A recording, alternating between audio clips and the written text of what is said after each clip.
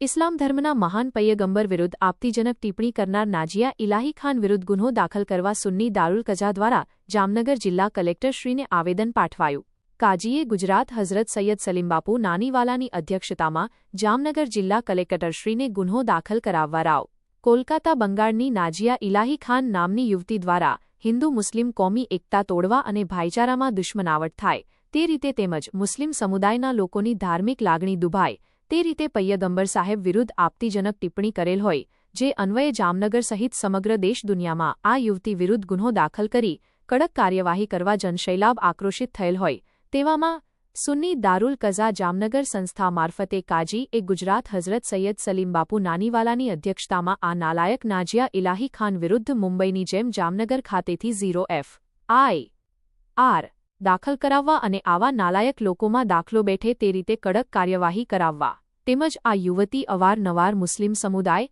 તેમજ પયગંબર સાહેબ વિરુદ્ધ એલ-ફેલ બોલે છે તેના વિડીયો સોશિયલ મીડિયામાં વાયરલ થતા રહે છે. આ યુવતી શા માટે મુસ્લિમ સમુદાય વિરુદ્ધ બોલે છે તેમજ આ યુવતી પાછળ કોઈ કટ્ટરવાદી સંગઠન કે દુશ્મન દેશની પડદા પાછળ દોરવણી છે કે કેમ તેની તપાસ થવી જરૂરી છે. આ નાલાયક યુવતીની કંડકટ ધ્યાને લઈ જામનગર પોલીસ દ્વારા 0FIR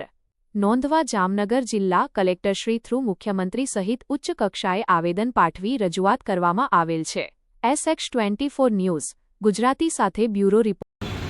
अस्सलाम वालेकुम रहमतुल्लाहि व बरकातुहू. हम लोग जामनगर सुन्नी बरेलवी दारुल क़ज़ा की तरफ से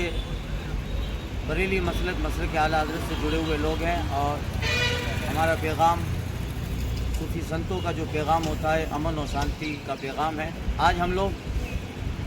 जामनगर कलेक्टर ऑफिस में आवेदन पत्र देने के लिए हाजिर हुए थे. इस वक्त सोशल मीडिया पर कोलकाता पश्चिम बंगाल की एक लेडी जिसने बहुत बुरे शब्दों में हमारे पैगंबर सल्लल्लाहु अलैहि वसल्लम और उनकी पवित्र पत्नी मायशा सिद्दीक़ा और उनकी शहज़ादी सैयदा फ़ातिमा खातून जन्नत के ताल्लुक़ से बहुत बुरे अल्फाज बोले हैं, जिससे पूरे हिंदुस्तान के मुसलमानों में गम और गुस्सा है. आज हम लोग उसी गम का इजहार करने के लिए कलेक्टर श्री को सुन्नी बरेलवी दारुल क़ज़ा और जामनगर के ज़िम्मेदार समाज के आगेवान मजहबी लोग सियासी लोग हाजिर हुए थे, ताकि इस मकसद और इस उम्मीद पर कि हमारा ये आवेदन पत्र आगे पहुंचाया जाए और इस खातून पर हिंदुस्तानी दफ़ात और क़ानून के तहत एक्शन लिया जाए, ताकि हिंदुस्तान की फ़ज़ा मुकम्मल तौर पे अमन और शांति में ही बनी रहे.